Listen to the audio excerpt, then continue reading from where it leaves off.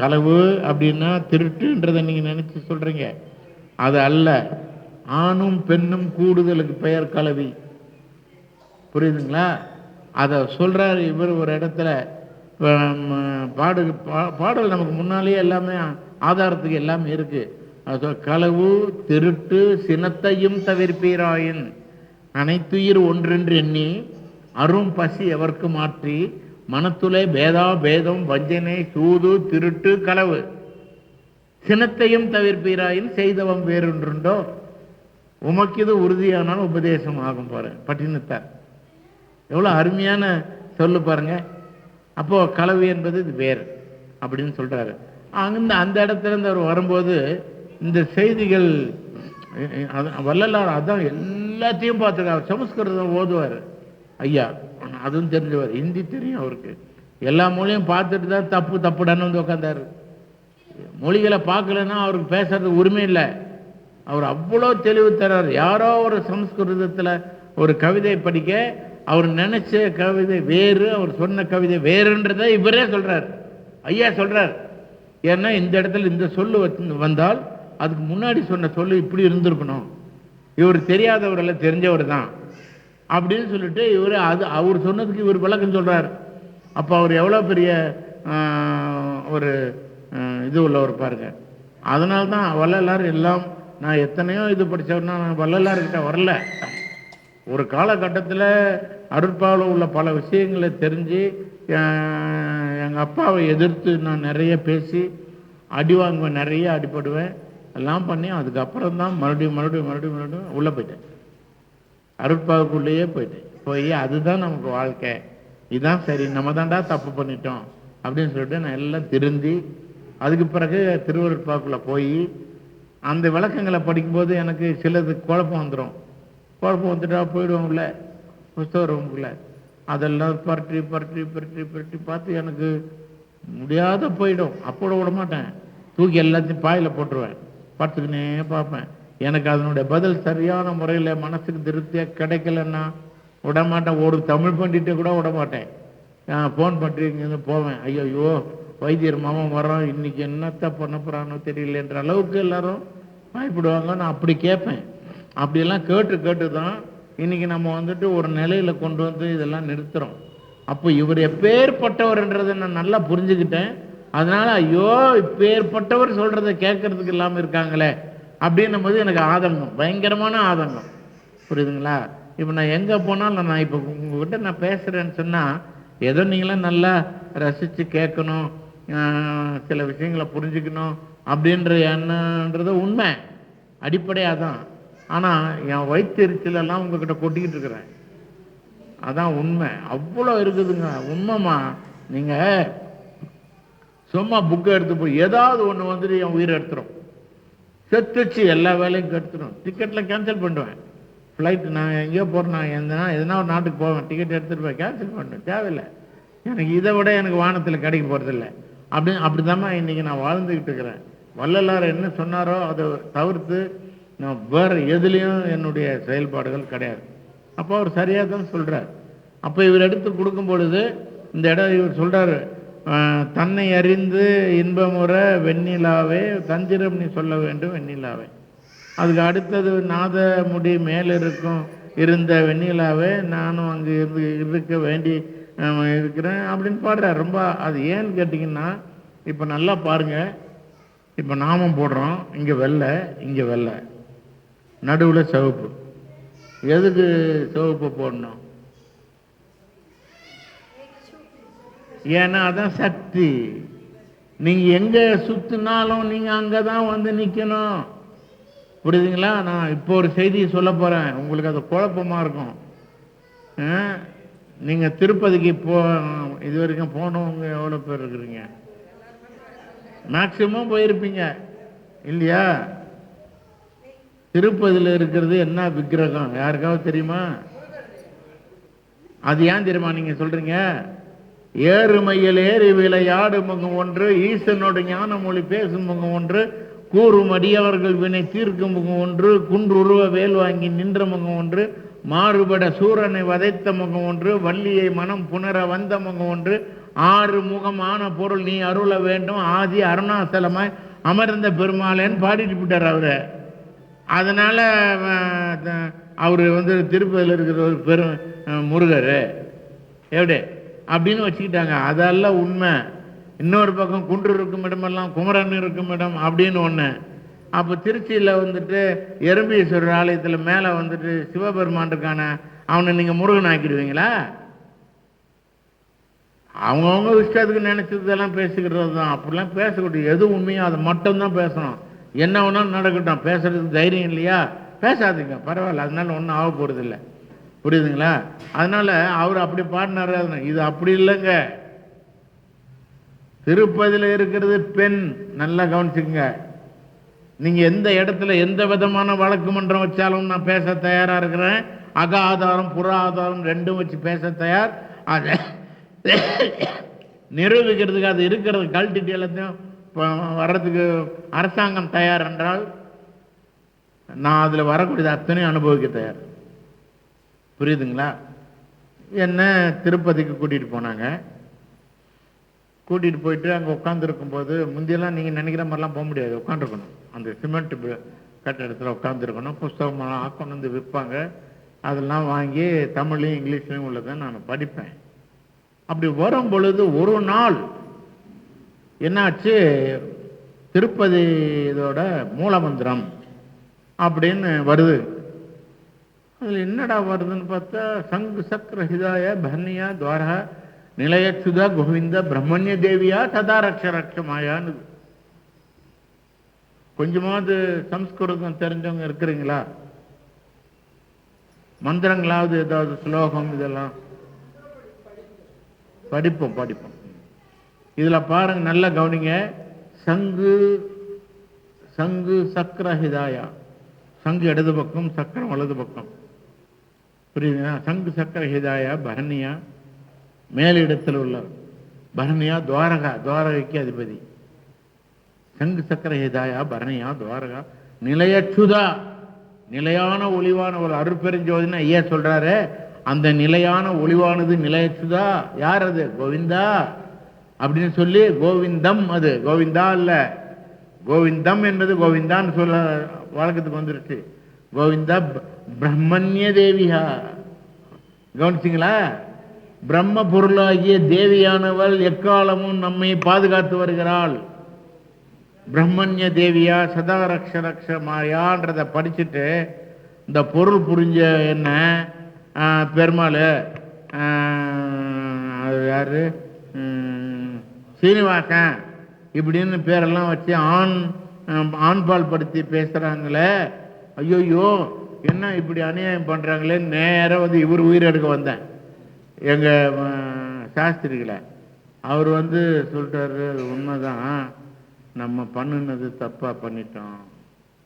அப்போ வாங்க என் கூட போனோம் நாங்கள் திருப்பதிக்கு. அந்த குருக்கள் இருக்கார்ல, தலைமை குருக்களை பார்த்துட்டு நீங்கள் வாங்கன்னு சொல்லி கூட்டிகிட்டு வந்துட்டு இந்த மாதிரி வருத நீங்கள் என்ன சொல்ல போகிறீங்க அப்படின்னு சொன்னால், இந்த பஞ்சாயத்து எங்கே நடக்குது தெரியுங்களா?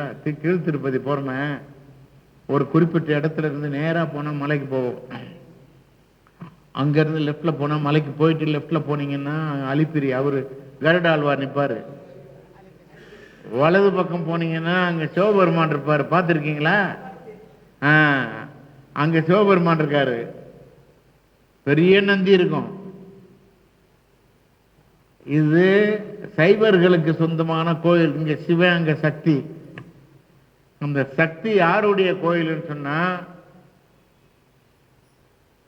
திருமலான்னு சொல்றோமா? நம்ம என்ன நினைச்சுன்னு சொல்றோம் தெரியுமா? திருமலை அப்படிங்கிறத மரியாதைப்படுத்துவதற்காக திருமலா அப்படின்னு சொல்றோம். இல்ல, கிருஷ்ணதேவராயருடைய இரண்டாவது மனைவி திருமலா.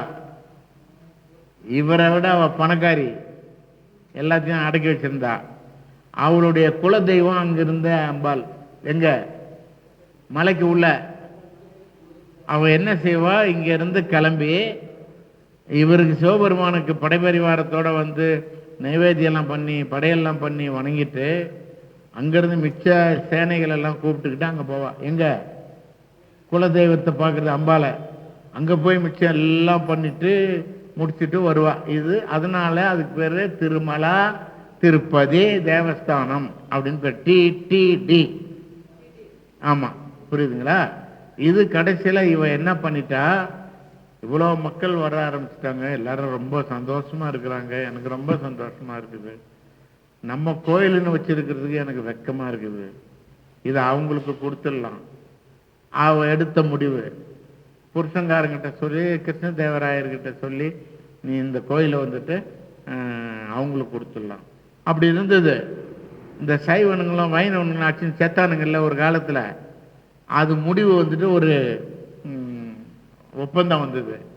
அந்த ஒப்பந்தத்தின் அடிப்படையில் இவங்க என்ன பண்ணாங்க, கீழே இருக்கிறத நீ வச்சுக்க, மேலே இருக்கிறத நான் வச்சுக்கிறேன். அப்போ மேலே அம்பாள் வந்துட்டு வைஷ்ணவமா போயிடுத்து, ஐயா வந்துட்டு சைவத்துக்கு வந்துட்டார். இதுதான் வரலாறு, உண்மை. அது இப்படிலாம் மாறி போய் வளர்ந்த பிறகு அதை ஒரு மாதிரி தப்பு பண்ணி சண்டை உண்டாக்க வேண்டாமேன்னு சொல்லி விட்டாச்சு. இப்போ எனக்கெல்லாம் கூட சொல்லி கொடுத்தவங்க இதெல்லாம் இது பண்ணக்கூடாது, வியாக்கியானம் பண்ணக்கூடாது. எஸ், வேண்டாம், உண்மை யாருக்கு தெரியணுமோ சிலருக்கு தெரிஞ்சால் போதும் அப்படின்னு எனக்கு மேலே ரொம்ப அன்பு மரியாதையை வச்சிருக்கிறவங்க கிட்ட இந்த உண்மையை நான் சொல்லிடுவேன். இது வெளியில் போனால் இது உண்மை தானடா சொன்னா போங்கடா அப்படியே மூடுங்கடான்னு விட்டுருவான். அதுதான் இன்னைக்கு வரைக்கும் உள்ள உண்மை. அதுதான் ஐயா, புரியுதுங்களா? சரி, சப்ஜெக்டுக்கு வருவோம். இந்த பக்கம் போட்டால் நாமோ இடகலை பிங்கலை சந்திரன் சூரியன் சொல்லிட்டோம். நடுவில் உள்ளது திரிசனம், சக்திக்குரியதுன்னு சொன்னோம். குண்டலினி யோகம் என்பதை அந்த இதை பிடிக்கிறதுக்காகத்தான் நெருப்பு அப்படிலாம் நம்ம சொன்னோம். அந்த திரிசனம் வந்துட்டு வெள்ளையும் சிகப்பும் கலந்தது, அதுவே சக்தியும் சிவமும் உள்ளது தான். போச்சு. அந்த மாதிரி உள்ளதை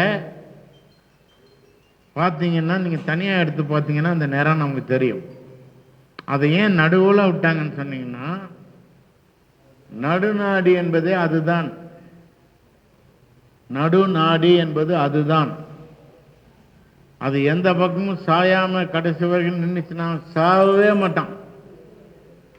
மரணமில்லா பெருவாழ்வு வாழ்ந்திடலாம் கண்டி நினைந்து நினைந்து உணர்ந்து உணர்ந்து நெகிழ்ந்து நெகிழ்ந்து அன்பே நிறைந்து நிறைந்து ஊற்றலும் கண்ணீரதனால் உடம்பு நனைந்து நனைந்து அருளமுதே நன்னிதியே ஞான நடத்தரசே என்னுரிமை நாயகன வணைந்து வணைந்து ஏத்துதும் நாம் வம்மின் உலகியலே மரணமில்லா பெருவாழ்வு வாழ்ந்திடலாம் கண்டீர் புனைந்துரையேன் பொய்ப்புகளேன் சத்தியம் சொல்கின்றேன் பொற்சபையில் சிற்சபையில் புகுந்தரணும். இதுவே ஞான சரி ஐயா பாடுறார். அதனால தான் அந்த நடு இடத்தை சுற்றி காட்டுறதுக்காகத்தான் இவர் சொல்றாரு, இரவும் இல்லை பகலும் இல்லை, ராப்பகல் இல்லா இடத்தை வெண்ணிலாவே.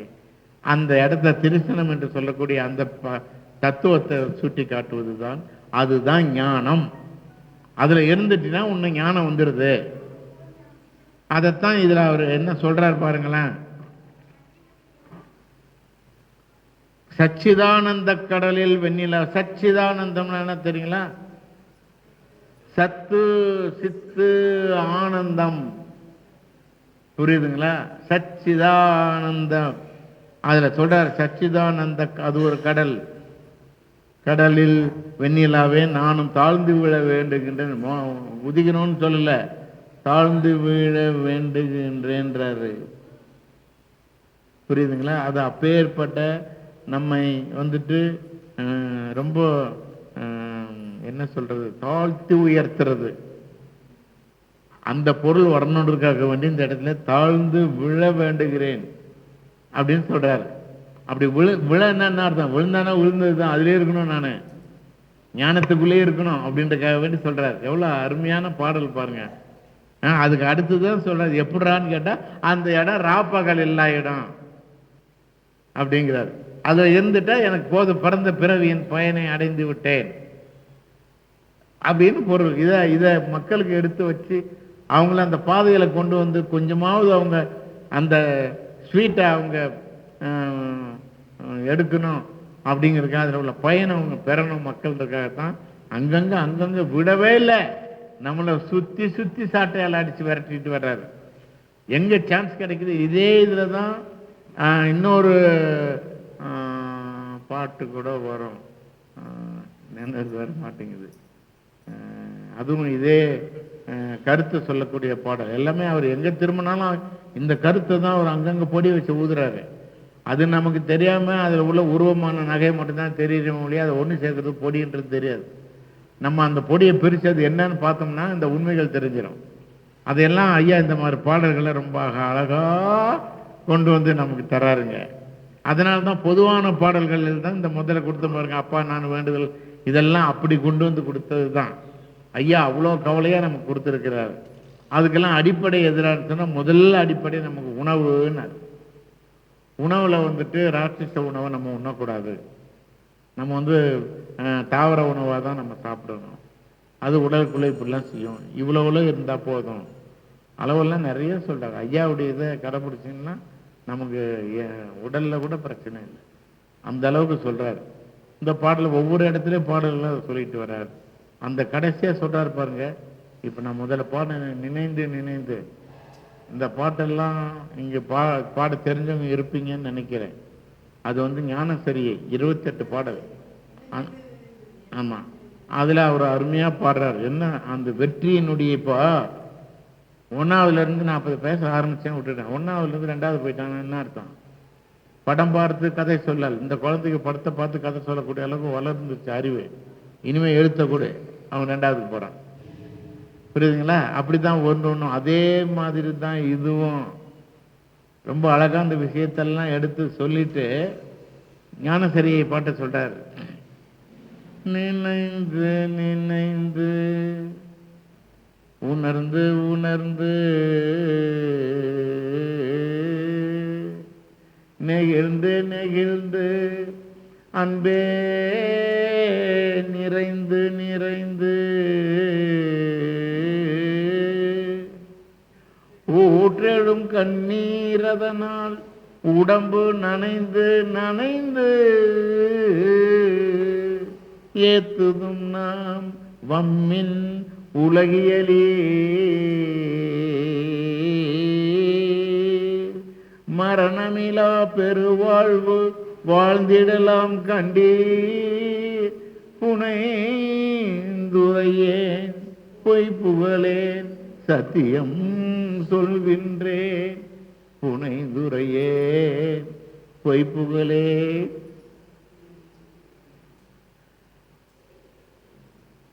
சத்தியம் சொல்கின்றேன் பொற்சபையுள் சிற்சபையில் புகுந்தருணம் இதுவே. ஐயா அருமையாக்கிறாருங்க இந்த இடத்துல. மனுஷன் வாழ்றான். ஜூன் மாதம் 1ஆம் தேதி பெங்களூரில் ஒரு சன்மார்க்க நிகழ்ச்சி நடக்குதுன்னு திட்டமிட்டு தெரிஞ்சு அதுக்கு பயண திட்டம்லாம் போட்டு வச்சு அங்கேருந்து கிளம்புறான் வரான். அன்றைய அவனுடைய செயல் அதுதான். புரியுதுங்களா? இன்னொரு பக்கம் பொண்ணு வந்துட்டு ஏதோ ஒரு சப்ஜெக்டுக்கு பணம் கட்டலைன்னு சொல்லி எக்ஸாமில் வைக்க விட மாட்டேன்றாங்கன்னு சொல்லிட்டு அவள் வந்து அழுதான்னு சொல்லி அவங்க அம்மாக்காரி அவளுக்கு அதுக்கு நடுவில் இது இப்படி நிறைய பிரச்சனைகள். வட்டிக்கு பணம் கொடுத்த இடத்துல அவர் வந்து நிற்க போகிறார். சாயந்தரம் அவமான ரோட்டில் அவர் இங்கே வரணும்னு திட்டமிட்டுருக்கிறாரு. பாருங்க எப்படிப்பட்ட அது. அதெல்லாம் உலக இயல், வாழ்வியல். இப்படி வாழ்வியலில் உழன்று கொண்டிருக்கக்கூடிய மனித சமுதாயத்தை போய் டே கடவுளை வணங்க வாடான்னு கூப்பிட்டா அவன் எப்பேற்பட்ட முட்டா பயிலா இருப்பான். நானே இங்கே பிச்சுன்னு பிடிங்கன்னு கிடக்குறேன், பெருசா கடவுளை பார்த்துட்டா போடா வேலையை பாடுறா அப்படின்னு தானே சொல்லுவான். அவன் படுறது அவனுக்கு தானுங்க தெரியும். புரியுதுங்களா? அப்படி வாழக்கூடிய இந்த மனித சமுதாயம் அவனுக்கு அதையெல்லாம் மீறி அவன் ஒரு நம்பிக்கையின் அடிப்படையில் வீரத்தோடு நம்ம இன்னைக்கு இறைவனை வணங்கக்கூடிய இடத்துக்கு போகணும்னு ஒரு முடிவு எடுத்துட்டான்னு சொன்னா அது எப்பேற்பட்ட முடிவுங்க. அவனுக்கு அவமான ரோட்ல காத்திருக்குதுங்க. சாயந்தரம் வந்து நிக்க போறான் ஈட்டிக்காரன். அதையெல்லாம் மீறி இங்க வந்து இருந்து ஆகணும்ன்ற எண்ணம் மனசுல. அப்ப இங்க சக்தி எதுக்கிட அதிகமாச்சுன்னா இங்க சபைக்கு வர்றதுக்கு தான் சக்தி அதிகமாச்சு. நடக்கிறது நடக்கட்டும் வந்துட்டான். இதுதான் உண்மை. அப்படி இருக்கும் பொழுது அவன் எங்க இருந்தா இது நிம்மதியா இறைவனை அவன் வந்துட்டு இது பண்ணுவான்றார். அதுதான் நின்று அப்படிப்பட்டவன் அதையும் மீறி நினைச்சுக்கிட்டு இருந்தான்னு சொன்னா அதான் 2 முறை சொல்றாரு இந்த பாடல. நினைந்து நினைந்துன்னு தொடர்றாரு. நினைந்து நினைந்து உணர்ந்து அதுல நீ அதே நினைச்சுக்கிட்டு இருந்தா என்ன நடக்கும்? உனக்குள்ள ஒரு உணர்வு வரும். அதுதான் சேக்கிழார் எழுதுறார். உலகெல்லாம் உணர்ந்து ஓதற்கு அரியவன் நில உலாவிய நீர்மலிவேணியன் அழகிற் ஜோதியன் அம்பலத்தாடுவான் மலர் சிலம்படி வாழ்த்தி வணங்குவான். அது சயின்ஸு. மலர் சிலம்படி என்பது சயின்ஸ். மலர் என்பது அங்க சொல்றது பீனியல் கிளாண்டு. பிட்ரியூட்ரிக்கு மேல இருக்கிறது பீனியல் கிளாண்டு. பிட்ரியூட்ரி எப்படி இருக்குது சங்க? நெல் சைஸ்ல இருக்கு. அதுதான் நெல் இடை அப்படின்னாங்க. அது நெல் சைஸ்ல இருக்குது. அது பிட்ரியூட்ரி. அதனுடைய பயன் என்னன்னு சொன்னீங்கன்னா மற்ற கிளாண்ட்ஸ் எல்லாம் இருக்குது இல்லையா, இதயத்திலிருந்து லிவர்ல இருந்து அதுங்களை செயல்படுத்துறதுக்காக கரண்ட்டை சப்ளை பண்ற ஒரு சர்க்கியூட் அவர் தான். யாரு? பிட்ரியூட்ரி. அந்த பிட்ரியூட்ரிக்கு ஒரு நெல்லினுடைய முனை பார்த்துருக்கீங்களா? ஈட்டி மாதிரி ஒரு முக்கோணமா இருக்கும். உடைச்சு பார்த்தீங்கன்னா அந்த சைஸ்ல கொஞ்சம் மேல இருக்கிறாரு. அந்த இடத்துல தண்ணி சூழ்ந்துகிட்டு இருக்குது. அதுதான் பீனியல் கிளாண்ட். இப்போ இதெல்லாம் தேவைப்படுதா? புரியுதுங்களா? பீனியல் கிளாண்ட் எப்படா இருக்குதுன்னா இப்படிதான் இருக்குது. சரிடா, அது நல்லா லென்ஸ் வச்சு பார்த்தா எப்படா தெரியும் சொல்லி வெஸ்ட் ஜெர்மன் சயின்டிஸ்ட் ஒரு குரூப் சேர்ந்தான். நான் அதுல எல்லாம் மெம்பர். அவங்க அதுல குரூப் சேர்ந்தப்பதான் அவன் சொல்றான் பீனியல் கிளாண்ட் வந்துட்டு லோட்டஸ் ஃப்ளவர் மாதிரி இருக்குதுன்னா. எப்படி தாமரை புஷ்பம் போன்று இந்த பீனியல் கிளாண்ட் இருக்குது. அதனாலதான் நம்ம ஆளுங்க தெய்வத்தெல்லாம் தூக்கி தாமரைக்கு மேல வச்சான். எல்லாத்துக்குமே ஒரு சைடு சப்போர்ட் இருக்குது. அப்படி வச்சதுதான் அது பீனியல் கிளாண்ட். தாமரை அது எப்படா அந்த அளவுக்கு தாமரைன்னு ஏன்டா நான் கண்டுபிடிச்சேன்னு சொன்னா, சம்ஸ்கிருதத்தில் நான் ஓதுனதுக்குள்ள பதில் பத்மாசனே பத்மகரே சர்வலோகை பூஜிதே ஸ்ரீநாராயண பிரிய தேவி சுப்ரீதா பவ சர்வத மந்திர புஷ்பம் பிரதட்ச நமஸ்காரம் சமர்ப்பியாமி. ஸ்லோகம் சொல்லுது. தாமரை எப்படி? பத்மாசனே தாமரையில் வீற்றிருப்பவளே, தாமரையாகவே இருப்பவளே பத்மகரே சர்வலோகைக பூஜிதே, உலகமே பூசிப்பதற்கு உரியவளாக இருக்கிறாய். சர்வலோகைக பூஜை ஸ்ரீ நாராயண பிரியே. நாராயணம் என்பதும் பெண்ணு தான். புரியுதுங்களா? இதெல்லாம் உள்ள நுழைஞ்சு போனீங்கன்னா தெரியும். நாராயணம் என்பதும் பெண்ணு. அந்த பெண் வடிவம் எடுத்துதான் வந்து சூரனை வதைத்தார். எப்படிங்க? அன்னைக்குதான் இது பத்மாசுரனை வதம் பண்ணதுனால அன்றைக்கு உள்ள பண்டிகைக்கு பேரு தீபாவளி. நரகாசுரனை வதச்சதுனால அன்னைக்கு தீபாவளி. புரியுதுங்களா? அது யார்? அதுல 2 பிரச்சனை வருது. நான் இப்ப உங்களை ஒரு அறிவுபூர்வமா ஒரு கேள்வி கேட்கிறேன். காலையில 3 சங்கு ஊதுவாங்க. ஒரு சங்கு போரை பற்றியது, இன்னொரு சங்கு சமாதானமா போயிடலாமான்றது, 3வது சங்கு வழி இல்லை ஊதிட்டான், 3வது சங்கு சண்டை. 3 சங்கு ஊதுனா சண்டை தொடக்கம், ஒரு சங்கு ஊதுனா சண்டை நிறுத்தம். சூரியன் உதித்து